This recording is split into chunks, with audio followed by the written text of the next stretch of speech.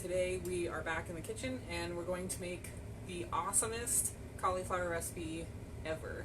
So in this video we're going to make vegan cauliflower Alfredo sauce, and we're going to put it on some pasta with a bruschetta mix on top. So this is like a really super delicious recipe, and we're going to go ahead and get started. I was last minute before going live prepping a whole bunch of stuff because I know you guys don't want to sit around and watch me just boil stuff. So we'll go ahead and get started with the instructions. So for this recipe, you're going to need 2 cups of cauliflower florets cut up. You can cut them up, and you need about 2 cups. They're all in my pot, so I can't show them to you. Then in that pot, actually I'll just show you the pot, just get right started. So this is what I have cooking, and it looks all yellowy, but it won't turn out that yellow in the pot. So in here, I have boiled 2 cups of cauliflower florets and 1 cup of cashew milk. So you can use any plant-based milk, but I like using cashew because it's a lot thicker. So 1 cup of that. We have got 2 cloves of garlic. You can put more if you like. And then we have half a cup of our magical nutritional yeast. And we have a tablespoon, or probably more because I don't measure, of vegan margarine or vegan butter. And then I think I put a little bit of salt and pepper. So you just throw that all in a pot and you boil it for about 15 minutes until it's completely mushy. So if we look here, I'm going to test it with a fork. Keep looking at my pot while I get my fork. So we've got this super soft. So again, cauliflower, plant milk, garlic, nutritional yeast, and half a chopped onion. How could I forget that? Boil it in a pot. So that's all you have to do for this sauce. And now we are going to blend it up. So I'm going to tip you guys down again like I always do, so I can get this thing to work today. Awesome, so you can see my blender. This is my fancy Vitamix blender, but you don't need a fancy blender for this. If you boil it enough and everything is mushy, then you can use any blender you want. You can even use a small bullet blender. And I'm just going to dump it all in there. So this is warm already, so you want to blend this right after you cook it. I think if you let it cool and then blend it, it probably wouldn't turn out the same.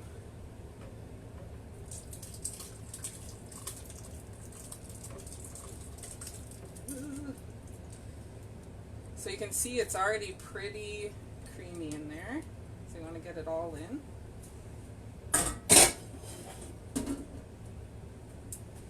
And then I'm also going to add some salt and pepper. Actually, just pepper probably. But you have enough flavor from the onions and garlic that you don't need anything else. Where's my lid? Okay. So this should only take 2 seconds. Just like that. It doesn't even chunk up or anything.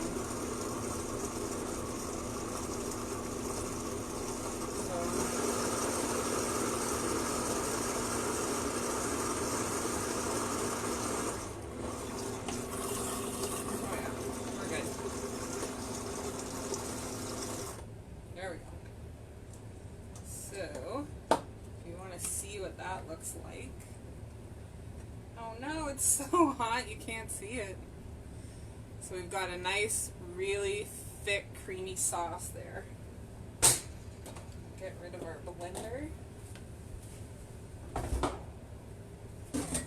And you can take your pot back just like that. Oh, I see everybody chatting. Sorry if I didn't see you guys saying hello before. My chat was not in the good spot. There we go. So we have our pot, we've got our cooked pasta, and I felt like doing little pasta, but if you want to be traditional with an Alfredo, you want to go with linguine, but I have my little bite-sized pasta. We're going to do it all. That's a lot of sauce. So for anyone joining us, we have, we're making a cauliflower Alfredo sauce, and this is from a blog actually called Chocolate Covered Katie. There's no chocolate in this recipe, but that's her blog name. And we basically boiled cauliflower, onion, garlic, nutritional yeast, and cashew milk there. So if you guys want to watch this get poured in, it's so awesome. Ooh. So this 2 cups of cauliflower actually makes a lot, so I have enough for like another huge pot for later. So that's another reason why I love this recipe. So you just want to stir that together. And you've got this pasta. So Alfredo pasta, I think very traditionally is very plain, but that's too plain for me. So what we're going to do is make a bruschetta mix for on top. And then we're going to make it sort of like a loaded pasta. So let's see if we can get a better shot. So what I have is I've cut up a Roma tomato, and then I took the seeds out because you can leave the seeds in, but it's kind of nice for a bruschetta mix to have no seeds. And then if you ever wanted to put it on garlic toast, you definitely want no seeds. So we're going to put that in here. Like that. And usually Frank makes this, so I hope I do a good job. And then we want some really small, fine chopped onion.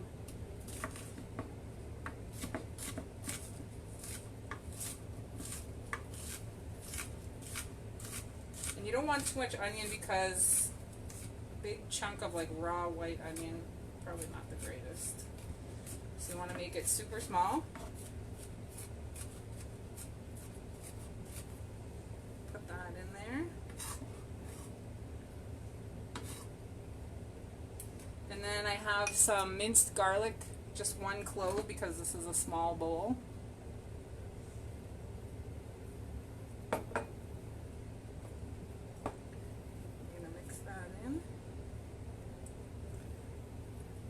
And this bruschetta is really good. I wanted to make it for you guys on camera, but if you make this a few hours ahead of time, like in the morning or something, and you let it sit, it'll be really amazing. And then I'm going to put actually a teeny tiny bit of olive oil in here.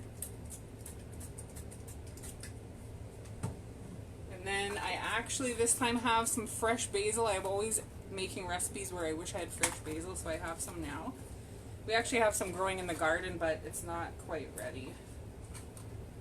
So we'll just grab a few pieces. And then to cut basil, it's nice, it's really much better if you have a dry cutting board, and then you want to stack it up as much as you can and roll it. You can kind of roll it on a diagonal is good.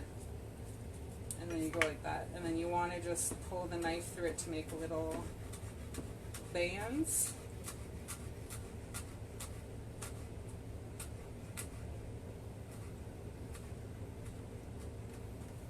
And not slice your finger open, that's also helpful. So you can put that all in there.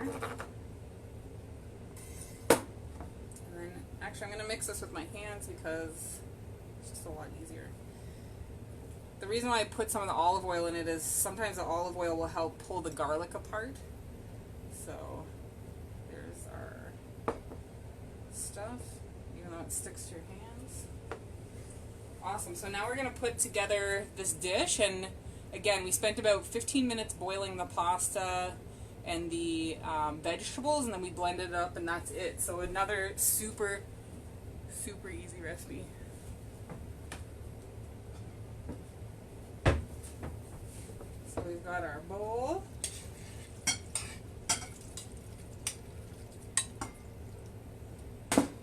And you can see that the sauce is really nicely sticking to that pasta. And then we will put some of this on top, like that. I'm going to put some more black pepper.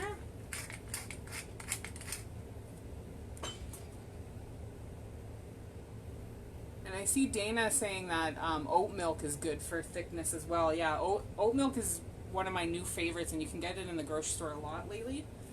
And you can make it yourself as well. We'll put a little cute leaf on there. So check that out, guys. So I'm not sure what anyone thought when I said I was going to make a cauliflower recipe, but it turned into pasta. So it's a really good way to have like a low-calorie Alfredo sort of creamy pasta dish, which is something that, you know, when you go vegan, you probably think, oh, like, how am I going to have anything creamy when I can't eat dairy? And actually, when I went vegan, the thing that I thought I was going to miss most was ranch dressing. And then I realized I can make my own with vegan mayo. So you can find a substitute for everything. So one more time, guys, we boiled cauliflower, onion, nutritional yeast, garlic in a pot, and then we blended it and threw it on some pasta, and that is like, it's even easier than the cheesy macaroni I made before. It's an even quicker recipe. So check that out. So who thinks they're going to try this recipe? I'm going to try it right now. See if this fits in my mouth.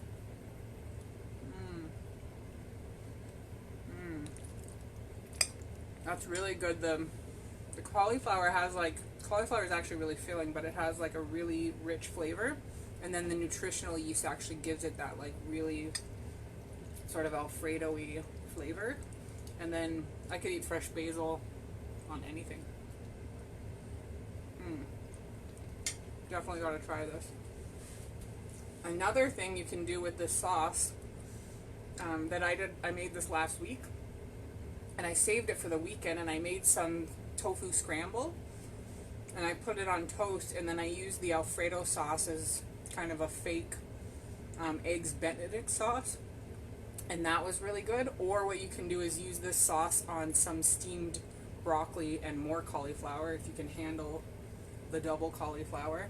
So it's a very versatile recipe, and like I said, I have enough out of 2 cups of cauliflower for a second huge batch of pasta, so it's pretty economical as well. But that might be the record for my shortest Facebook Live, so I appreciate you guys joining. It was so cool to see everybody log in again after a week break, and I will be back next week for sure. And I think I'm going to be making another dessert, and it's a really cool, easy one, so definitely log in next week. I'm going to post this video on my YouTube channel when I'm done, and I really would love for you to visit my YouTube channel and watch some of my videos. I'm trying to get at least to 100 followers, and I only have 87 right now, so if you can help me out by getting me some extra YouTube subscriptions, that would be awesome. Otherwise, I'm on Instagram and Facebook as well. So that is it, and I will see you guys next Wednesday. Bye. Have a wonderful evening. Thanks for watching me eat pasta.